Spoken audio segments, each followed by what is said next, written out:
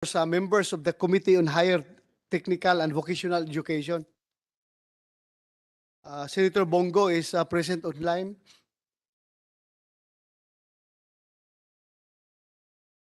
Thank you for attending to this hearing. For this hearing's agenda, we shall take into consideration the following bills. Senate Bill number 236, or the Mandatory Reserve Officer Training Corps Act by Senator Robin Hood Padilla. Senate Bill number 468, or the Revitalized Reserve Officers Training Corps Act by Senator Jingo Estrada. The Senate Bill number 1349, or the Reserve Officer Training Corps for Tertiary Education Act of 2022 by this humble representation. Senate Bill number 1235, or the Citizen Service Act by Senator J.B. Ejercito. Senate Bill number 1551, or the Mandatory Basic Reserve Officers Training Corps Act by Senator Gatchalian. Now, may I please request the committee secretary to recognize the guest and resource persons present today. I think I filed a similar bill. Yung bill daw ni Senator Tolentino. Hindi pa na-repair? Please, hanapin mo. And also, another bill by Senator Francis Tolentino. Pasensya ka na, Tol. Hindi pa nila nakita.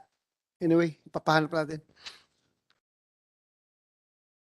Now, may I please request the committee secretary to recognize the guest persons present today. Thank you. Resource persons. Yes, sir. Thank you very much, sir. With us today are guests from the different departments and agencies of the government, sir. To represent the Department of Education is Director Samuel Soliven. Morning, sir. Morning po, Mr. Chair and everybody po. From the Department of National Defense, we have Yusek Ignacio Madriaga, Undersecretary for Strategic and Assessment Planning, with ASEC Eric Lawrence D., ASEC for Legal and Legislative Affairs. From the Department of Finance, we have Attorney Michael Aaron Gakutan, Policy Research and Liaison Office.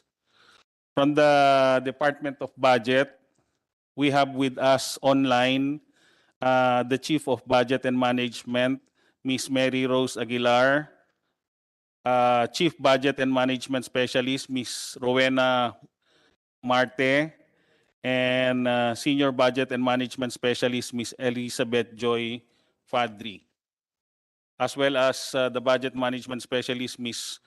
Louis Antoinette Sandoval. From the Technical Education and Skills Development Authority, we have the Supervising TESDA Specialist, Ms. Heidi Forte, also online, sir, and Mr. Raymart John Esquiambao, online, sir, Attorney 3. From the Armed Forces of the Philippines, we have Brigadier General Romel P. Roldan. We have Brigadier General Doroteo Jose M. Halandoni. From the Senate Presidential Legislative Liaison Office, we have Yusek Bernisayo. From the Department of Justice, who is present virtually, sir, is State Counsel Leilani Fajardo Aspiras. As well as,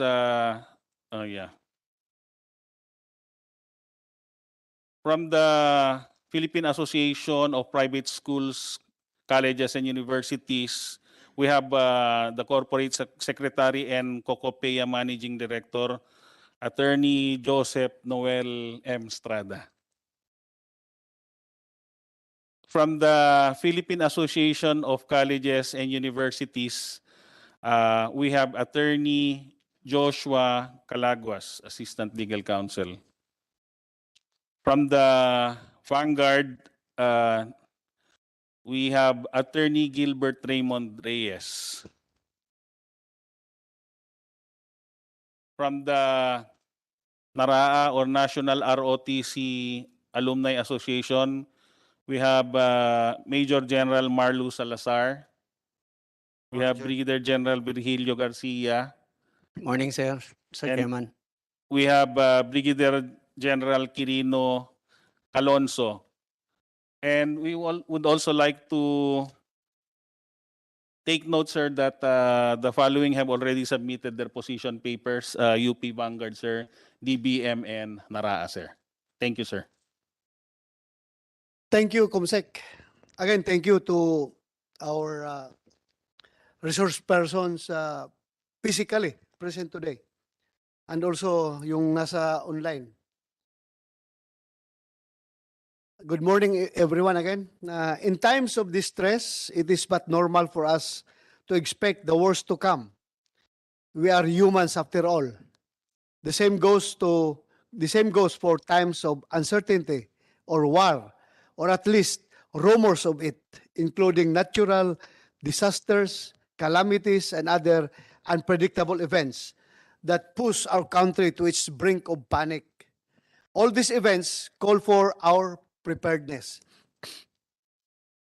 Miguel de Cervantes, a Spanish novelist, stated, "To be prepared is half the victory." I take this opportunity to ask my fellow citizens, do we not feel the threat of our nation, to our nation, brought about by devastating natural disasters? Do not the continued reclamation and expanded constructions in the West Philippine Sea bother you? The demand for our readiness comes in all forms, and it is staring us right in the face. The question is, how do we respond to all of this? Today, we will tackle bills that propose the restitution of the ROTC program and or the Citizen Service Training course as mandatory component in the public and private tertiary level educational institutions. As we come to discuss in detail the positions of its significant agency, we will see the benefits that these measures hold for the future of our country. This is to address the possibility that when there is a threat, whether natural or man-made, and I'm certain they will come, we will be ready, not just the government, but the whole nation. Indeed, to be prepared is already one half of winning the battle. In this regard, I could say that this is one of the purposes of the Senate, to aid in equipping our people with the necessary skills for the protection and preservation of life. We want the confidence to say that whatever the trials may be, we can always rely on one another as brothers and sisters of this republic. If I may leave you with another quote, this time from John Wooden, confidence comes from being prepared. Mga kababayan, hindi natin alam kung ano ang mangyayari sa atin sa mga darating na panahon. Ngunit ang natitiyak ko ay walang ibang magpapahalaga at magmamahal sa ating bayan, kundi tayo rin. As chair of this subcommittee, I look forward to everyone's positions, comments, and suggestions on the bills to be considered. Moreover, I anticipate that as we work together, we will build a better future for our children and our communities. Before I end, I would like to thank the chairman of the Senate Committee on Higher, Technical, and Vocational Education, Senator Chis Escudero, for designating me as the subcommittee chairman to tackle all these ROTC bills. Maraming salamat at magandang umaga again sa ating lahat. Senator Win Gatchalian, your opening statement. You have the floor, sir. Thank you, Mr. Chairman, and thank you very much for conducting this hearing, Mr. Chairman. Mr. Chairman, I just want to manifest and also inform the body that my original proposal was to reinstitute ROTC at the senior high school level. In fact, a few bills were passed, a few bills were submitted to the Basic Education Committee, which I chair.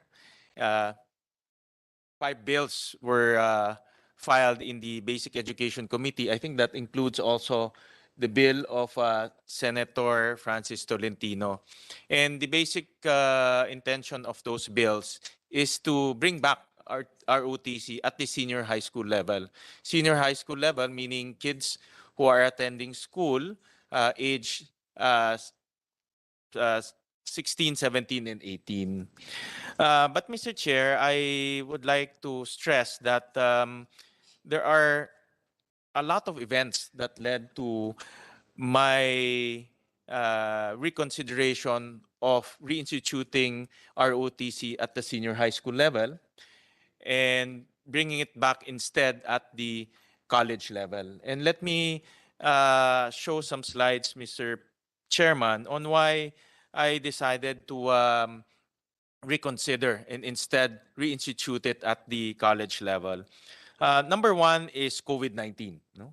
Mr. Chairman, COVID-19 has damaged our basic education system. And in fact, it created a lot of complication in terms of learning outcomes. And let me just show a slide on the proficiency levels of senior high school graduates conducted by DepEd using their basic education exit assessment. If you can see from this slide, and this is pre-pandemic level, hindi pa ho tumatama dito ang COVID-19. You can see that on the average, the proficiency level of our senior high school students in science, math, language is around the 30s level. Meaning at 30s level, ang category nila low proficient. So even prior to the pandemic, our senior high school students are already ranking at the low proficient level in math, science, and language, meaning English, no? In short. Definitely, Mr. Chairman, the pandemic will create a lot of damage in the proficiency levels of our senior high school students. I don't see a scenario wherein the pandemic will elevate the proficiency levels of our senior high school students. We don't have the numbers yet. The DepEd is conducting the rapid assessment for all levels, but I'm already expecting that these numbers will go down at the very least. Next is the World Bank conducted a survey or a assessment on reading. No? And this is what they call the learning poverty estimates of the World Bank. And this assessment is conducted among 10-year-old students. Basically, what this is saying, during the pandemic, 90% of our students cannot read basic stories. And let me just point out, this is 10-year-old kids in our basic education system. So if they cannot read at age 10, obviously it will also have an impact when they go up the ladder in junior high school and also in senior high school. So just goes to show that COVID-19 did a lot of damage when it comes to the academics of our students. The number two reason, Mr. Chairman, is when we conducted 2 hearings. In fact, when I was during the 17th and the 18th Congress, we conducted 2 hearings on ROTC at the senior high school level. We requested the DND to submit to us a budget, their estimated budget.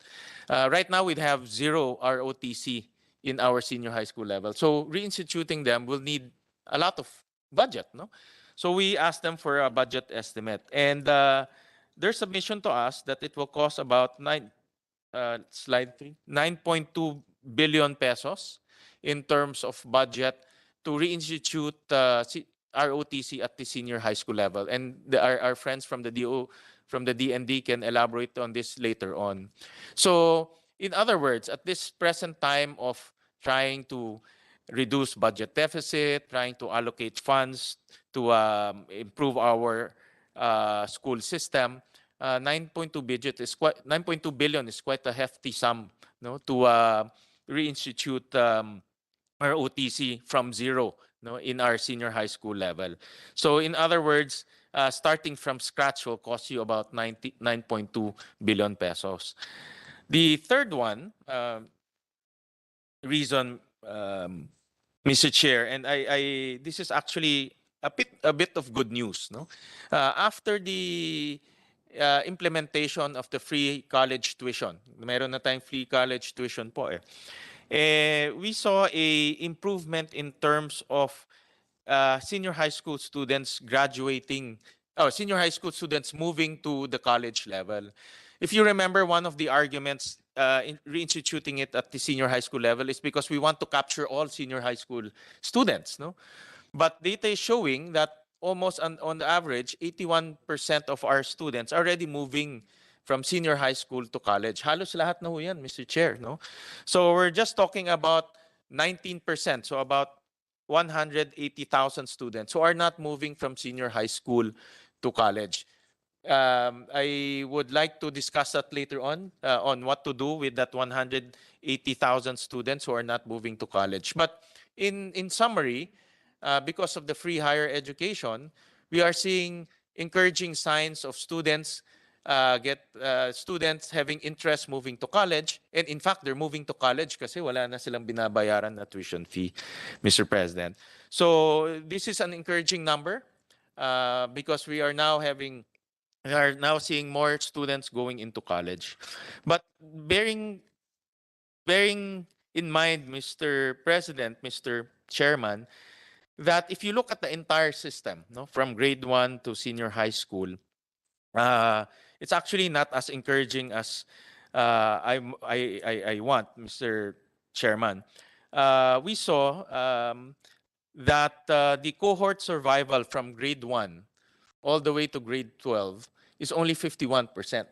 So yung mga pumapasok po sa grade 1, kalahati lang po ang nagagraduate sa senior high school. No? This is actually a much pressing problem to solve by DepEd and also by our country because in our estimate, about 1.4 million students drop out of our system.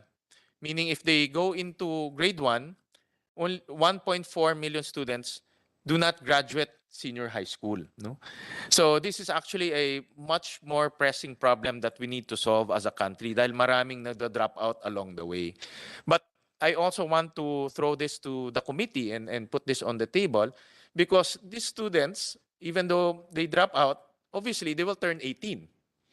And the system, the ROTC, mandatory ROTC in college will not capture them because by mandating ROTC to college students, and obviously 1.4 million students are not moving into college, those 1.4 million students will not undertake mandatory ROTC.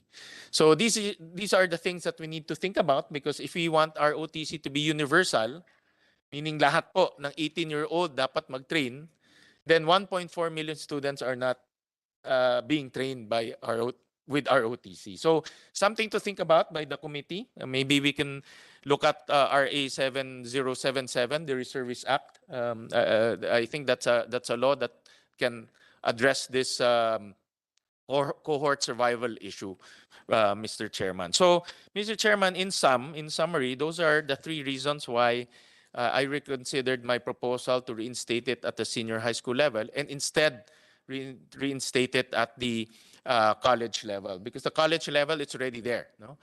Through the NSTP, they're already being trained. Those who want to be trained with ROTC are already being trained. So we just need to expand it. So by expanding it, obviously, we also need the budget to do that. And those are the things that we can discuss here at the committee level. So, Mr. Chairman, thank you very much for the opportunity to explain my rationale for reconsidering my original proposal. Thank you, Your Honor, Senator Gatchalian, the chairman of the basic basic education committee. You are by doing that, you are making our life easier in this subcommittee in tackling all these bills. You know, you make it easier at the same time, making it more because you opened the gates about those who are not going to uh, progress to grades 12. So, from a very, very idealist point of view, they become wasted resources as far as defense of this country is concerned. Hindi sila madidevelop, di ba? So you are, again, you are adding another problem to this. Thank you, thank you. Anyway, we will subject that to another discussion. Maybe we will amend the Reservist Act by making it mandatory. Yeah, Reservist Act, gawin natin mandatory para lahat ng hindi pumunta sa college ay makapag-undergo ng parang semi-conscription. Conscription ang gagawin. Anyway, I will tackle that in another time. But as I have said to you yesterday, we have to break this to them gently. Dandahanin mo natin, unahin mo natin yung college. Pag okay na yung college, nakita nila, wala pala problema eh. Yung kinatakutan ninyo na hising sa ROTC, kinatakutan nyo na corruption sa ROTC, magandang management ng DND at ng CHED sa program na ito, hindi na kayo dapat matakot. So, again, breaking it to them gently hanggang ma-capture natin yung buong population ng Filipino youth. Thank you, Your Honor, for that suggestion. From here, I would like to give the floor to Senator Francis Tolentino. Thank you, Mr. Chairman. And by the way, before you start, I think you're already informed that your missing proposal landed in the committee of Senator Gatchalian. Hindi pa yan na-refer dito. Siguro, I don't know, you know what to do na lang para madala dito. Let's ask the Committee on Rules. Paano yan dalhin dito? Meron din ako. Nandun din sa committee mo, di ba, Mr. Chairman? Nandun sa committee niya. But nag-file na rin ako ng panibago para dito, para two-prong attack. Dalawang committee, natake natin para siguruhin natin may balik ang ROTC. Senator Tolentino, please, you have the floor, Your Honor. Thank you, Mr. Chairman. I respect the opinion of the good chairman of the Committee on Basic Education. So that would lead me to retool my first bill, which is quite different from the other bills because mine would include police training. Because years ago, before some of you were not yet born, the Philippine Constabulary was part of the Armed Forces of the Philippines. So my version would include police training similar to what Malaysia has been doing. So we will refile, Your Honor, but I was just surprised with the figures given by our good friend Senator Gatchalian. From 57%, those entering senior high would be 51% because of the pandemic. And I'm trying to reconcile this with the figures given by the Philippine Statistics Authority, Mr. Chairman, during the budget hearing, which is quite a revelation to me and other members of the Senate concerning the downturn and the abrupt drop in unemployment because of, to quote the Philippine Statistics Authority, and you can browse the records, the reason being is that most of those working at home during the pandemic, during the lockdown, opted to go to college this semester and the previous semester. So that accounted for the abrupt spike in college students according to the Philippine Statistics Authority. So if we try to reconcile the figures provided by Senator Gatchalian and the Philippine Statistics Authority, I don't know their modeling formula, perhaps there is a good reason to buttress the claim of Senator Gatchalian that ROTC should perhaps land in the laps of the higher education system. So, Mr. Chairman, I will file another bill, perhaps today, for ROTC, but with that modification that police training should be included. I had several guests yesterday, hindi na nakadaan sa iyo, Senator De La Rosa, the entire academe hierarchy of the PNPA. No, kaya hindi na ako naka-attend ng adjournment natin na napatagal na ako doon sa pag-uusap doon sa curriculum nila. Sabi ko sa kanila, sana si Senator Bato na lang yung pinuntahan nyo. Hindi tuloy ako nakababa. So I'll refile today, but Mr. Chair, permit me to leave for a few minutes because I have to attend the Commission on Appointments. But I will be back. I will be back before you adjourn because I have something to say concerning the what were the words that you mentioned? Softly breaking. Ano yun? Killing me softly. Paano ba yun? Breaking Breaking it to them gently. gently. I have Break some it to them gently. I have some expanded version of breaking them gently, and I think I will be joined by J9 in this endeavor. So babalik po ako, Mr. Chair, and thank you for this opportunity. Thank you, Your Honor, Senator Tolentino. By the way, yung sinabi mong bill na different yung sa'yo, baka attune din yun sa aking version because sa'yo nga, PNP lang ang concern mo. Sa akin, sinama ko yung Coast Guard, yung BGMP, yung Bureau of Fire. Meron na rin silang reserve force na isama natin. Try to visit my version. Makita mo. Thank you, Copy, Your Your Honor. Thank you. So, from here, balik ka ha? Oh, thank you. From here, let's give the floor to Senator Robin Hood Padilla, another author of these bills that we are tackling today. Magandang umaga po, mahal naming pinakamatigas na senador po, Senator Ronald Bato de la Rosa, Idol, magandang umaga po. At sa atin pong pinakamatalino na senador, kapag kontra yata ito sa akin namamatay mag-isa. Ang atin pong hinahangaan Senator Gatchalian, magandang umaga po. At lumabas na yung pinakamagaling din magsalita, Senator Tolentino, magandang umaga po. At sa lahat po ng mga kapatid namin senador online, magandang umaga po. At sa lahat po ng ating mga bisita, isang maganda at maaliwalas na umaga po sa inyo. Ako po ay meron din pong bill patungkol po dito sapagkat ako po ay naniniwala dito sa ROTC. Pwede ko po ba itong basahin na ating idol? Yes, go ahead. You have the floor, Your Honor. Assalamualaikum warahmatullahi wabarakatuh. Sa ating pong mahal na tagapangulo ng pandinig na ito, Senator Ronald Bato de la Rosa, sa mga kapwa po natin senador na naririto ngayon, sa mga panauhin po ngayong umaga. Magandang umaga po sa inyong lahat.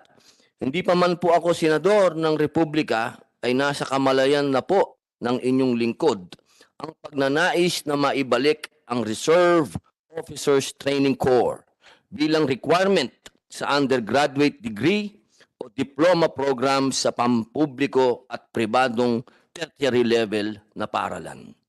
Kung kaya naman isa po sa mga pinakaunang panukalang batas na inihain ng inyong lingkod ay ang Senate Bill number 236 o ang Mandatory Reserve Officers Training Corps Act.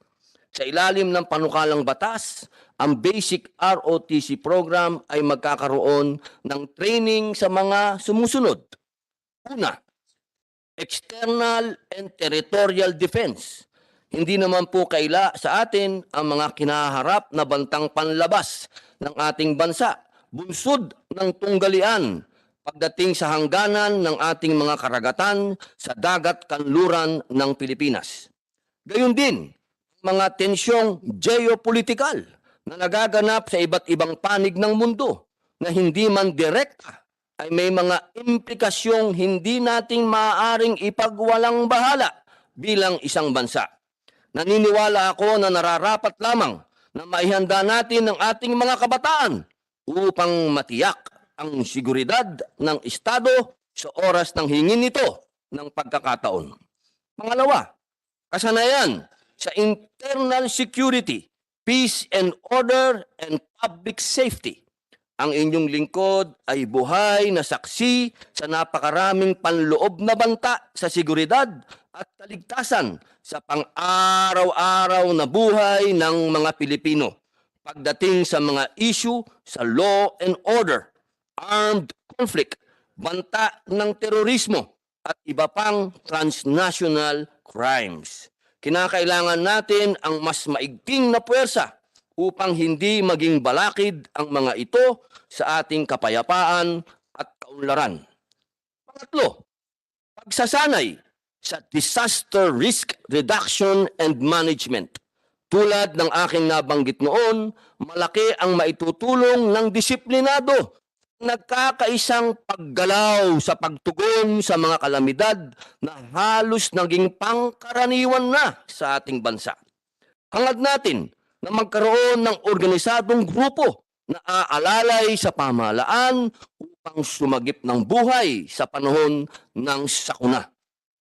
Panghuli, kasanayan sa human rights and humanitarian law.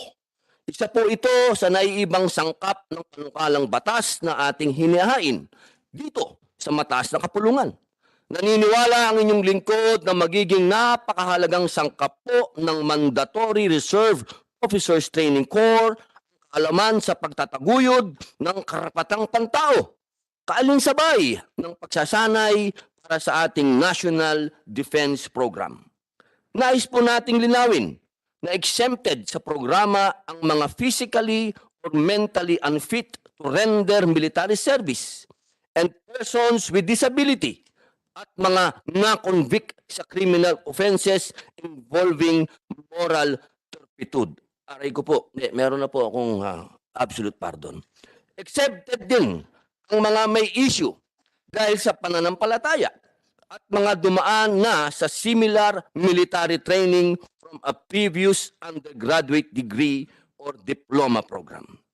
Bilang alternatibo sa mga exemptions na ito, ay naglagay rin po tayo ng probisyon tungkol sa programa sa Special National Service Training na binubuo ng mga sumusunod: Literacy Training Service Program, Civic Welfare Training Service Program, Emergency Life Support Training Service Program, Search and Rescue Training Program, at ang pinakahuli na ito po ang issue sa ngayon, ang ating pong idinagdag sa ating bersyon, ang Community Service for Drug Rehabilitation. Bilang pangwakas, nakasaad sa mismong saligang batas ang tungkuling itanim sa mga kabataan ang pagkamakabayan at nasyonalismo. Gayon din ang paghikayat sa kanilang pakikilahok sa mga gawaing pampubliko at sibiko. Dahilan po ito, hangad ko ang isang malaya at produktibong talakayan sa ating pagdinig ngayong umaga. Maraming salamat po, mahal na tagapangulo. Aba, itutuloy ko na po. Oh, si ikaw yata ang vice chairman nito. Habang wala pa po ang ating mahal na tagapangulo, meron po tayong isang problema ngayon eh. Yung pong patungkol sa kulang tayo sa nurses. Dapat siguro isama na rin natin yun. Oo, no? Mahal na tagapangulo, natapos na po ako. Aba. Thank you, Senator Robin Hood Padilla. I would like to acknowledge the presence of Attorney Spooky Forolan of CHED. Attorney. Thank you. And also, Yusek Ronald Cardema, the nemesis of people who are anti-nation building. Thank you, thank you.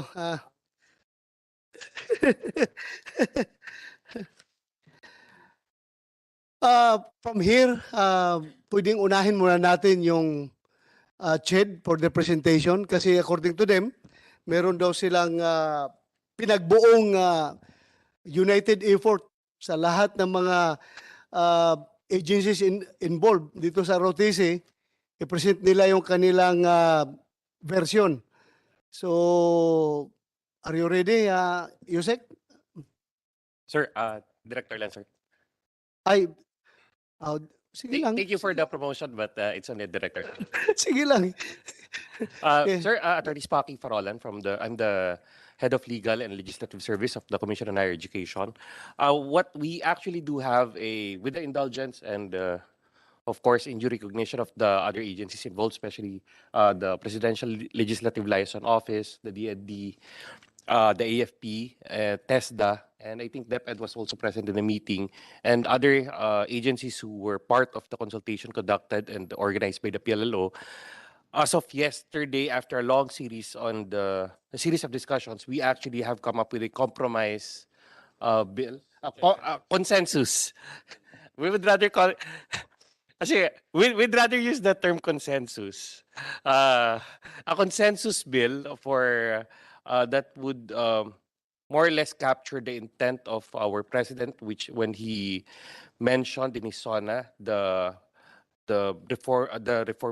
reforming the NSTP law as we have right now, and the return of a program similar to the ROTC, which will focus on DRRM and other civic duty related concerns. And what we have right now, I've provided a copy to the member of your office staff. I don't know if we're going to present it on the screen.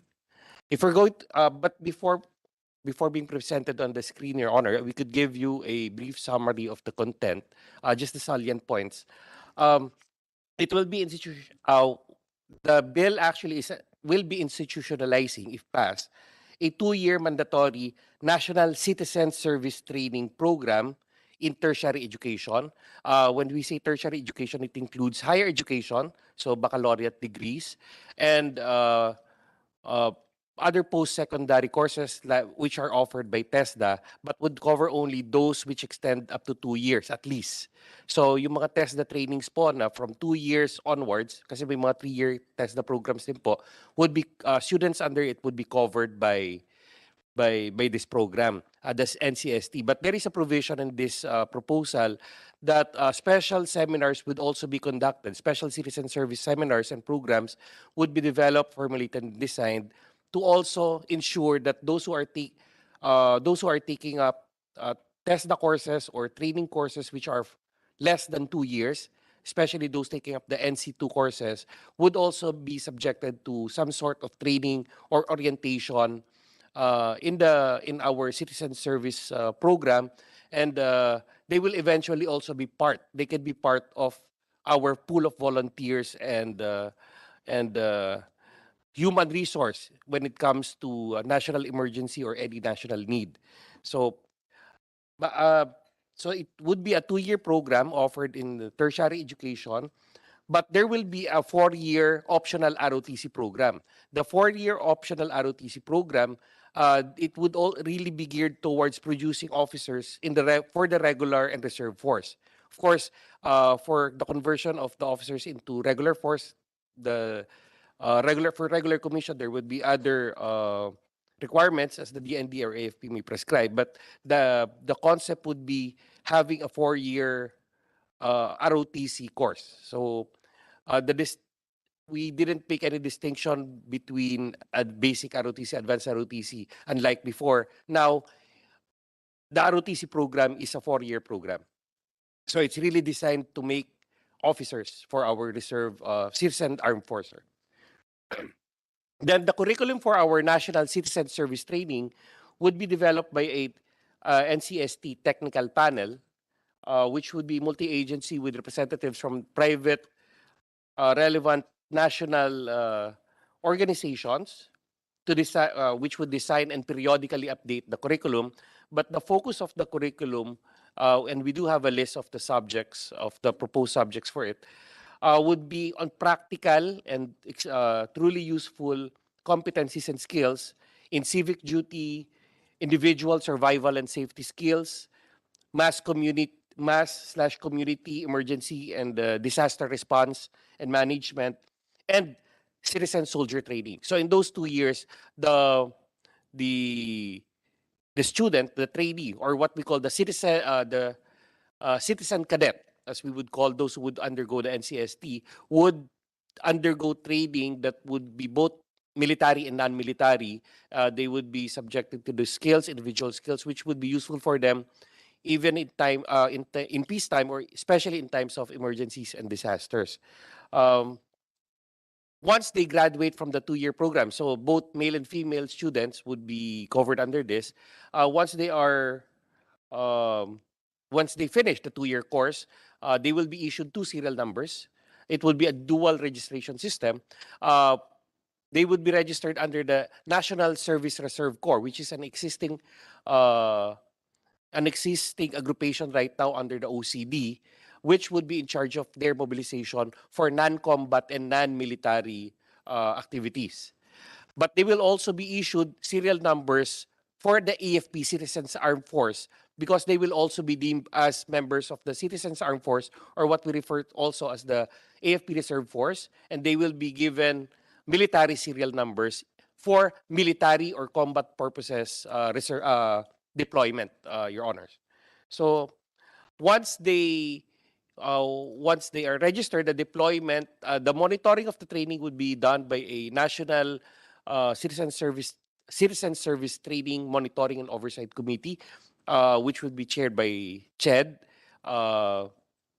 vice chaired by the DND, with members coming from TESDA, the NYC, the DSWD, the DILG, and 2 representatives from relevant national organizations to ensure that all complaints are also attended to, that there will be no abuses, that inspections are conducted, surprise inspections especially, and all other possible abuses are immediately investigated, with the power to call on agencies to compel agencies to conduct investigation necessary to ensure that none of the evils that we saw in the previous programs are experienced, or at least they are prevented or immediately addressed, Mr. Chair. Essentially, that's the coverage of the program. As you would see, it covers generally the training of the program. We saw the importance of making sure that we touch on the training, which is the primary purpose of this program, ensuring a citizen service training program that will ensure that to give life to that spirit, to the provision of the Constitution, which gives the state the power and authority to call upon its citizens to render personal military or personal civil service. So, ang takbo po nito, sir, we're running on the principle that if the government or if the state is going to use this provision of the Constitution, it has also the responsibility to ensure that the proper training is provided our youth, if they are going to be utilized by the state for this. And at the same time, it should be something that is relevant. And the focus here is more on voluntarism rather than being than the mandatory nature of the provision on citizen service, Mr. Chair. That's a broad description of the provisions of the program. This consensus bill is a product of an assessment and review of existing legislation and proposals also passed. We have taken into consideration the need also, as mentioned, by the need of other agencies. Where do we get, for example, the PNP Auxiliary, Coast Guard Auxiliary? They are actually non-military, so they can actually form part of the programs that can be devised by the Office of Civil Defense or the NDRRMC through the Office of Civil Defense in the mobilization of our, what we call the National Service Reservists, the NSRs. So we have 2 kinds of reservists. So isang tao po can be an NSR, a National Service Reservist, for non-military and non-combat deployment. And they are also citizen soldiers, which is the proper term used in Republic Act 077 for military deployment, sir. So that is all, Mr. Chair. Thank you, Director Smokey Farulan. Hindi ko pa nabasa itong kasi ngayon lang binigay sa akin itong version ninyo, pero I just would like to be clarified. The term mandatory andyan pa rin. Mandatory to all It is- tertiary level students before they can graduate the course. Yes, Mr. Chair, there is a provision ensuring that this is mandatory to all our students, all male and female students. In fact, under this law, we don't actually give exemptions.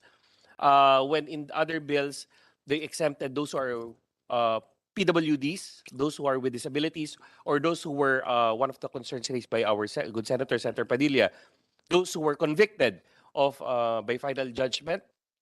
We have removed all exceptions, but the colatilla is that they will undergo a special NCST program designed for them based on their special needs. So even those who we are not leaving out anyone. No one is left behind when it comes to serving the country and the state and the people, Mr. Chair. So thank you. Thank you very much. Tama-tama yan because yung religions na nagbabawal sa kanilang mga tao na humawak ng baril at makipaglaban, they can opt for that yung sa disaster preparedness program or how do you call it. Maganda po yun. So, tama yun na wala exemption. So thank you for that, Director Parolan. Thank you, Mr. Chair. Next, may we hear from DND?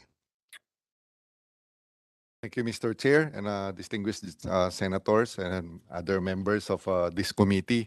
Yes, sir, we fully, at the Defense Department, we fully agree with the quotation that you had regarding preparedness. And we also believe that if you love peace, you have to prepare to defend it.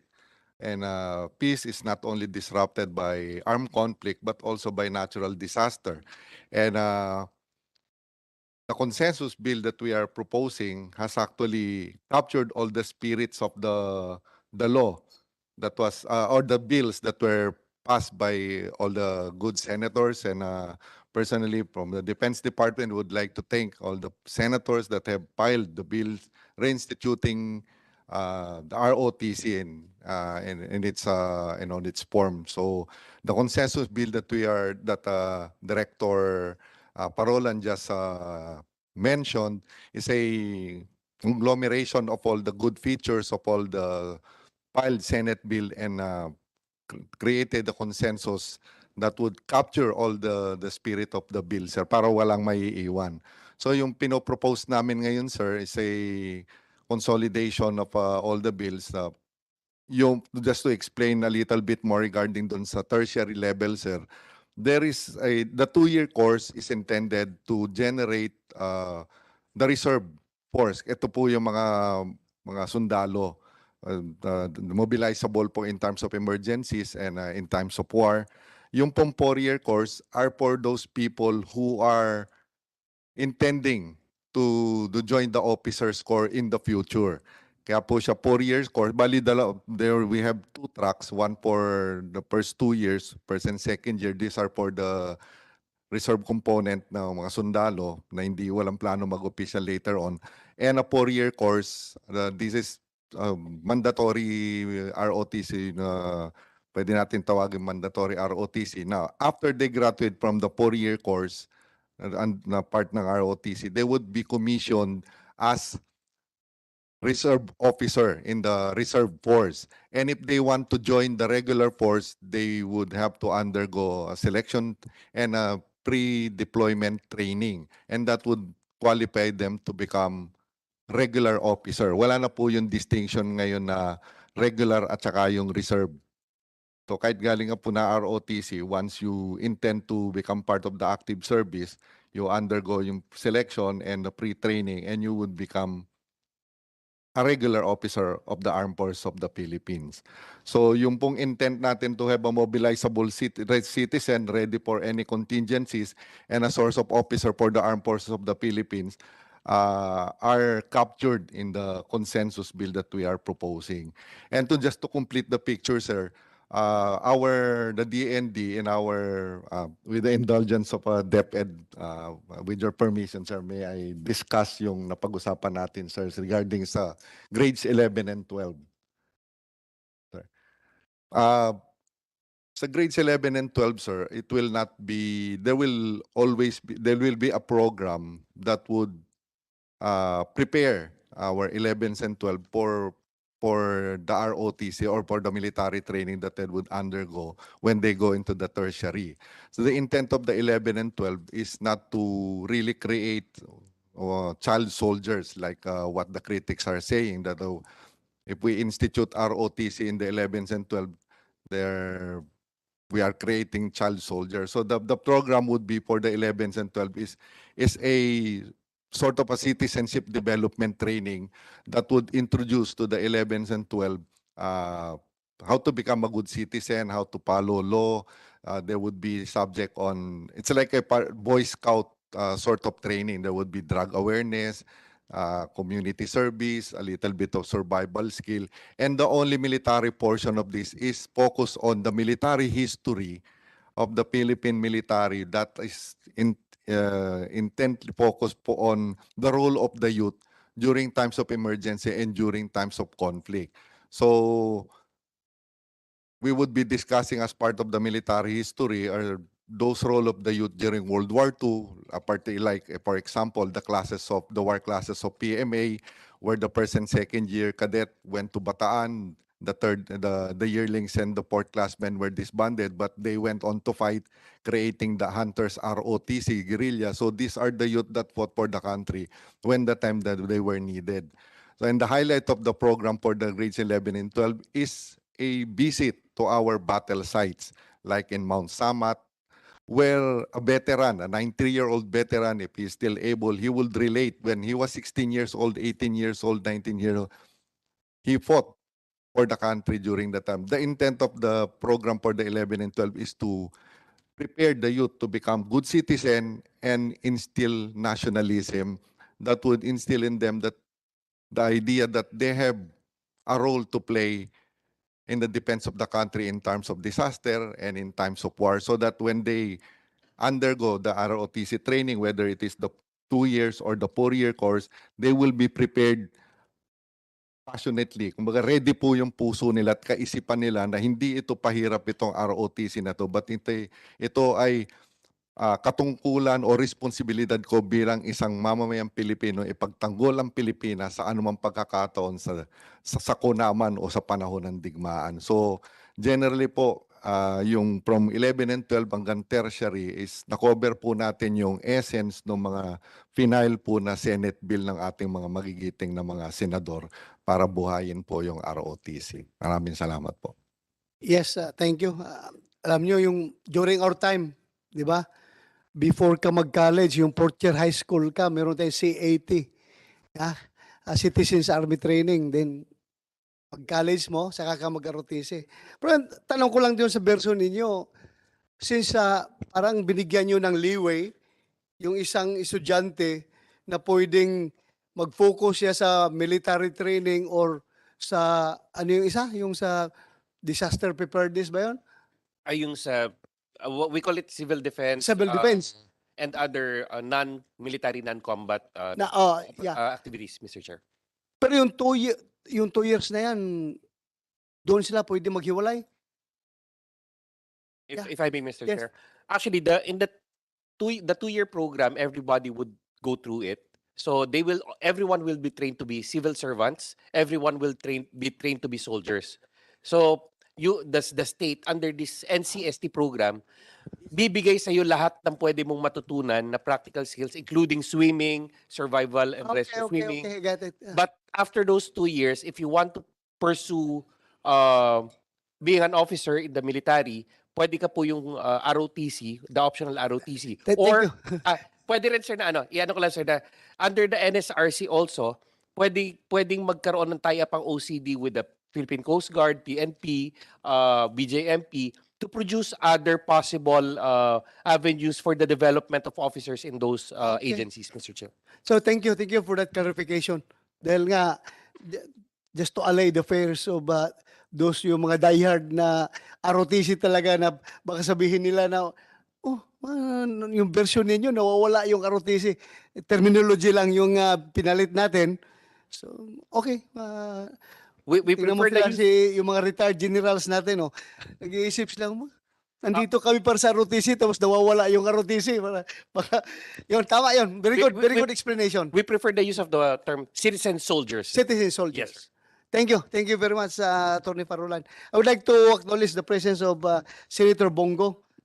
You have a pending statement later? Thank you. So next, we would like to listen to Armed Forces. You want to say something, AAP? Yes, thank you, sir. Sir, actually, we are aligned with what Yusek Madriaga said. Kasi naging consensus bill discussion naman po yung nangyari, sir. And na-capture naman din yung sa AFP, sir. Thank you, sir. Hindi tayo pwede magkakaroon ng defense establishment na hindi aligned, di ba? Dapat align kayo. Otherwise, basi-masi kayo after basin review. Thank you. Salamat. Would like to hear from Attorney Gilbert Raymond Rieser, the UP Vanguard Incorporated Chairman Emeritus, UP Vanguard. Sir, you have the floor. We want to hear from you. Thank you, sir. Thank you, sir. Senator Padilla, Senator Gatchalian, Senator Go, and the Honorable Chair.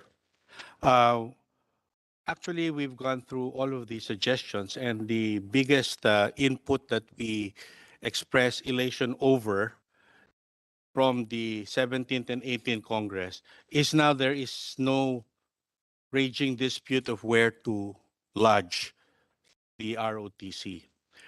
There was so much discussion over grades 11 and 12, and as very ably discussed by Senator Gatchalian, there are in fact also compelling reasons that for us to now, with the changing circumstances, to more seriously consider tertiary education as the situs for the citizen service training.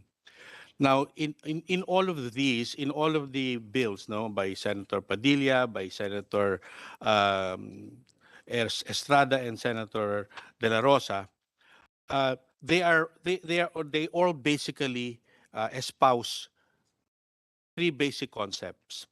The first one, of course, is that it is not all about military preparedness or territorial defense. It is just as important that these students, our youth, learn the skills necessary for immediate in-place deployment in case of disaster. A disaster will happen more certainly than an invasion from whatever country. The last one, of course, is peace and order. There is so much in our streets right now that call for the involvement of the youth in peace and order situations without being police. The PNP has its job, and I think as the Director General of the PNP, Senator Bato knows exactly what I mean.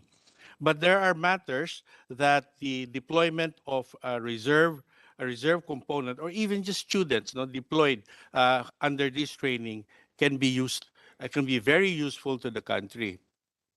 And because of this, the citizen service program needs to capture all of these three into one.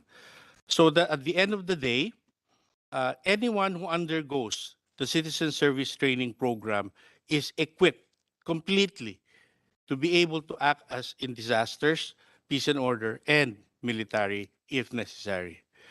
Now we mentioned this because this is the nature of the much has been said about, especially because the famous BTS band in Korea, yung mga yan, they went into military service.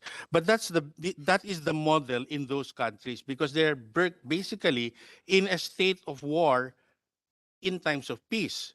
The demilitarized zone in Korea and the Israelites in Israel, they need it. But we don't necessarily need that.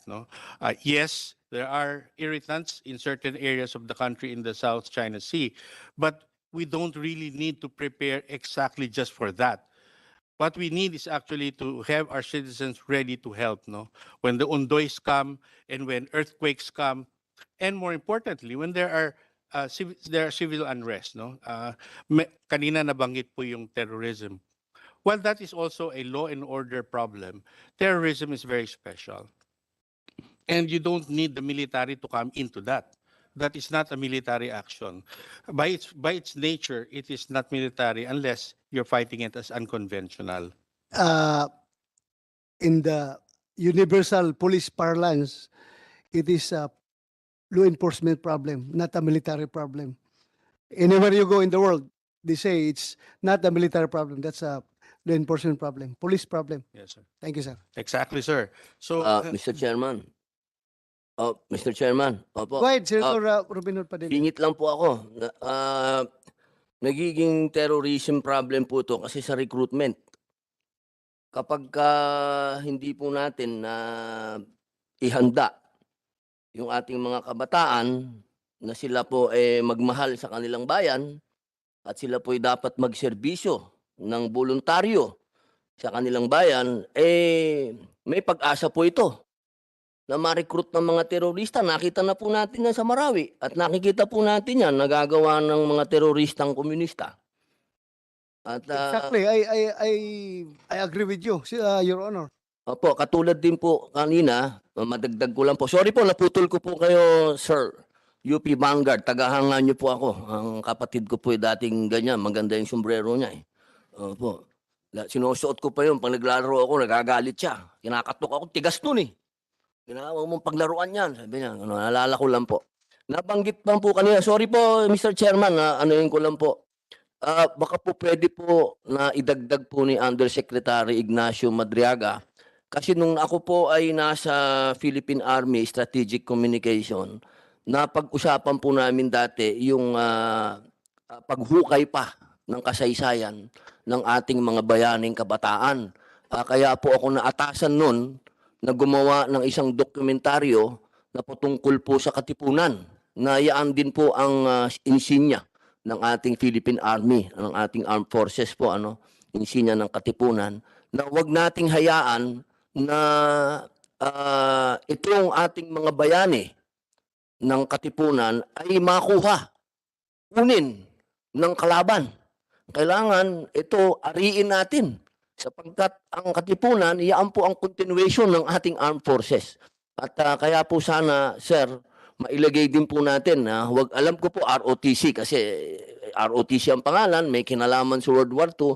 Opo, pero sana mas hukayin niyo pa po ng ating mga bayani, katulad po nila Emilio Jacinto, mga kabataan po yan, Gregorio del Pilar, talagang mga bata po yan na talagang naniwala po sa pagtatanggol ng ating bansa. At huwag po tayong hayaan natin na i-claim siya ng mga terorista na sila ay doon nakabahagi. Hindi po tayo dapat pumayag. Dapat po ipaglaban natin na ang Katipunan, ang nagtutuloy po niyan ngayon ay ang Armed Forces of the Philippines. Yun lamang po, sir. Maraming salamat po, Chairman. Thank you, Your Honor. Alam ko yung pinaghuhugutan mo. Alam natin na kapag mahina ang ROTC program ng isang universidad, tuwang-tuwa yung mga taga-kaliwa dahil sila ang libreng-libre na nagre-recruit ng mga kabataan doon, hindi yung ating armed forces. So I agree with you, definitely. I would like to acknowledge the presence of Senator J.B. Ercito.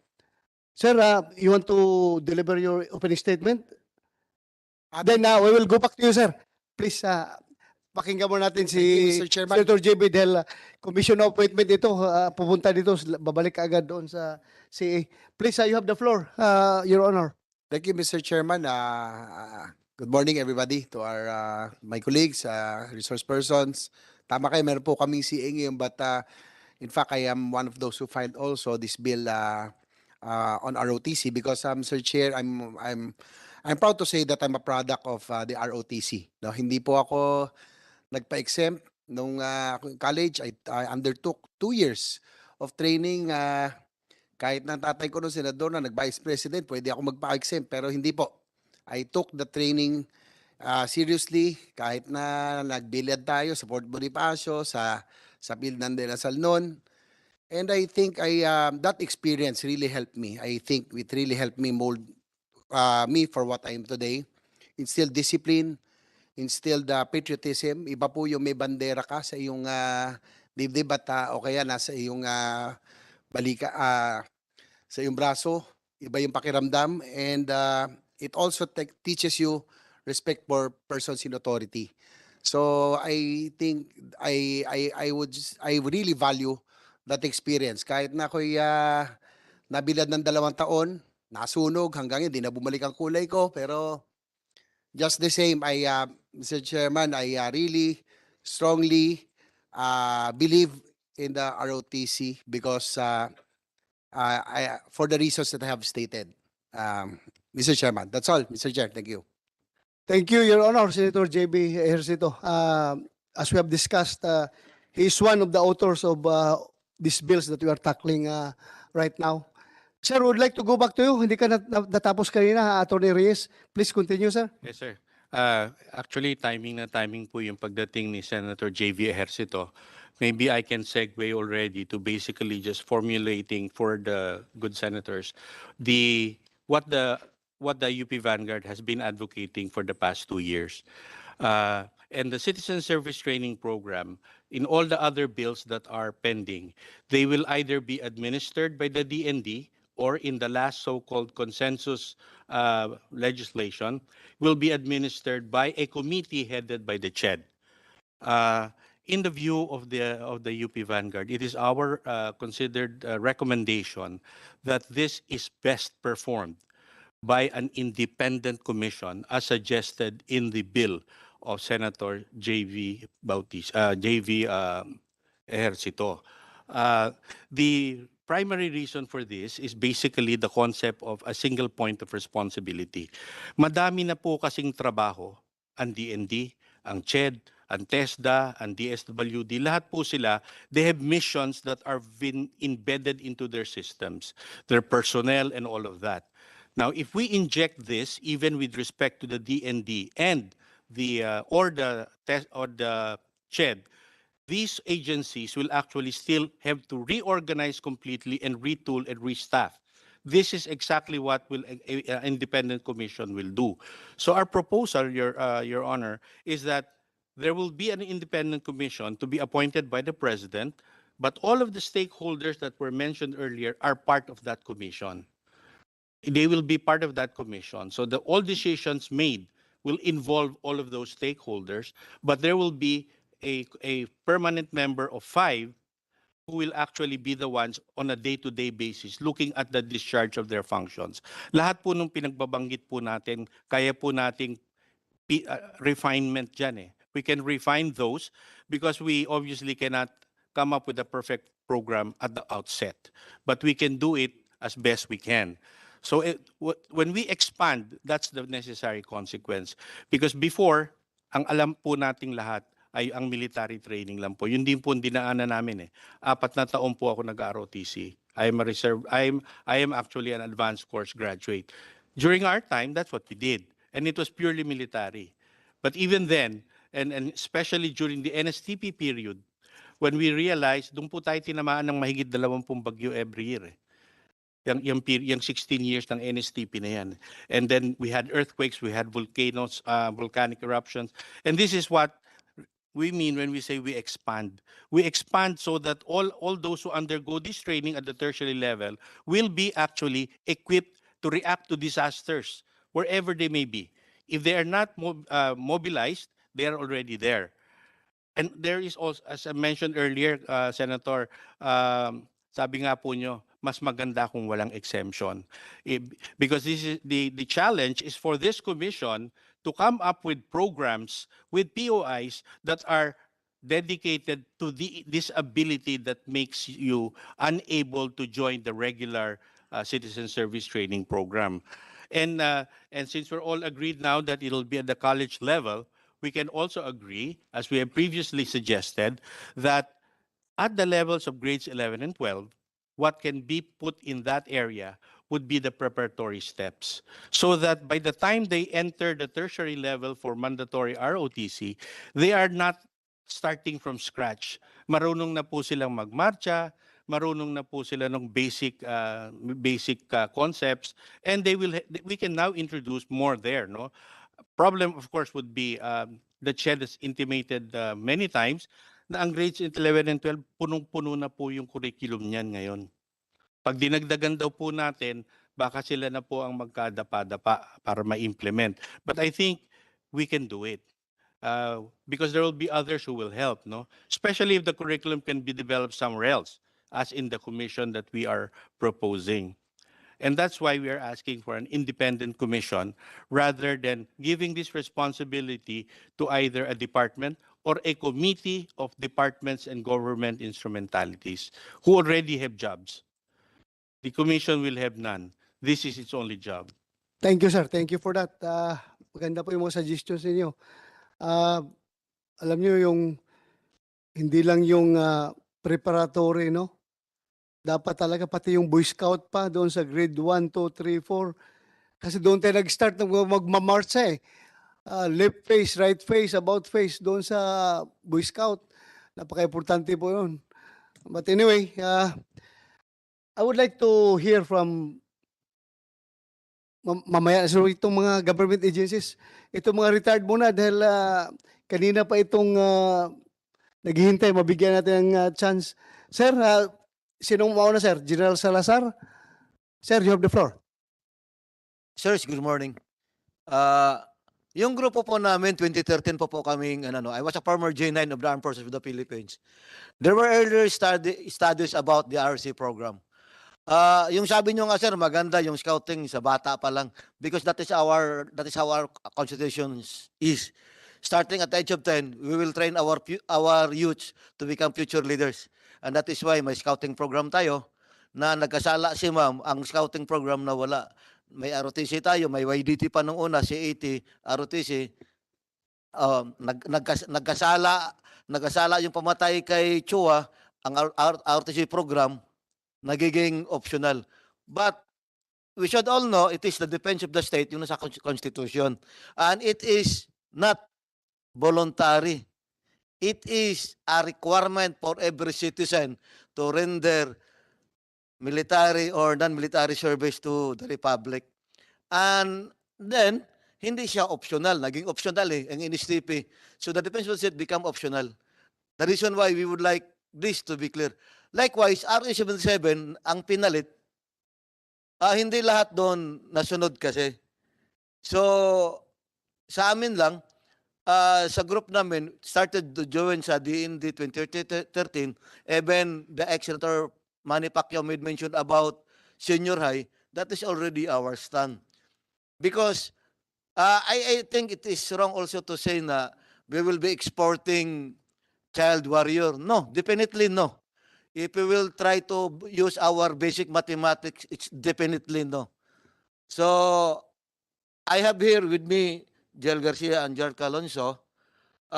Jel Garcia our lawyer, will explain further, sir, on why we choose RC program in the senior high, not in the college. Because in the college, dapat, yun na yung parang Amerika, sir, na yung scholar na ng gobyerno para pag-graduate, yun yung magiging officer. And he can choose whether to become part of the regular force or to the reserve force. Kasi kailangan natin yun, sir, na ma-maintain ang organization. And then yung mga pinag-usapan na pang-disaster, yung sir, katatapos ko lang, sir, last Wednesday, nag-retire po ako sa OCD. Magandang pangarap, sir, pero yung oras na binibigay, yung 2 years lang, tapos once a week, mga panaginip po yun, sir. So, I stayed more than 5 years sa OCD, sir. I came from the regular force, so alam ko po yung mga so, I think my good friend here can explain more further. Magandang umaga po, sir. Magandang umaga po sa lahat. Thank you, sir. Maraming salamat for that insight. Sir, you have the floor, General Garcia. Thank you, Mr. Chairman. Magandang umaga po, Senator Go, Senator Padilla, and to everybody here. Magandang umaga po sa inyo. Kasama po namin si General Calonso. Siya po ay Doctor of Education. Si General Salazar was former J9 and I am a lawyer. I've been in the service. I was tasked to study Republic Act 7077. I would like to say, sir, that reviving ROTC. Dali, sir, excuse me for a while. General Salazar, sir, anong year ka nag-G9? 2013, sir. kuha na pala, later part na pala, akala ko noon pa.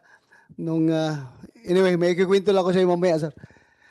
G9 is training, reserve affair, reserve. Yung G8 pala yung training. Okay. Thank you, sir. Sir, please continue. Would like to Sorry. say, Mr. Chairman, ladies and gentlemen, that reviving ROTC has been a very steep climb for us since 2013 when we started the revival, the move to revive ROTC. Hindi pa po batas yung senior high, doon na namin pinopropose na ilagay yung mandatory basic ROTC. And we can say that at this point, after two presidents have directed the revival of ROTC and we are all here talking about reviving it, we can claim that 50% of the battle have been won. And the other 50% that remains is that where are we going to put ROTC? Is it in senior high school or is it in college? Sir, our position is in senior high school and it is based on law. First, we would like to ask everybody here, kayo na lang po ang sumagot sa sarili ninyo. Usually what we do is when we ask the question, we ask them to write their answers. Kinukuha po namin para to validate kung tama yung aming position. So we ask everybody actually, why are we doing ROTC? Marami pong sagot eh. To develop patriotism, love of country, to develop leadership. It's a requirement for graduation, things like that. Ano po? So, gusto po namin, we asked this question for may I proceed to Yes, Mr. sir, Chairman? bro, please. We asked this question for a clear understanding of the primary purpose of requiring our children to undergo ROTC. And in order to focus all our efforts in achieving the objective to the answer. Bakit natin ginagawa? Ngayon po ang daming mga proposal eh. We can see na marami tayong gustong gawin for little time that the children has to what the children has to learn. The answer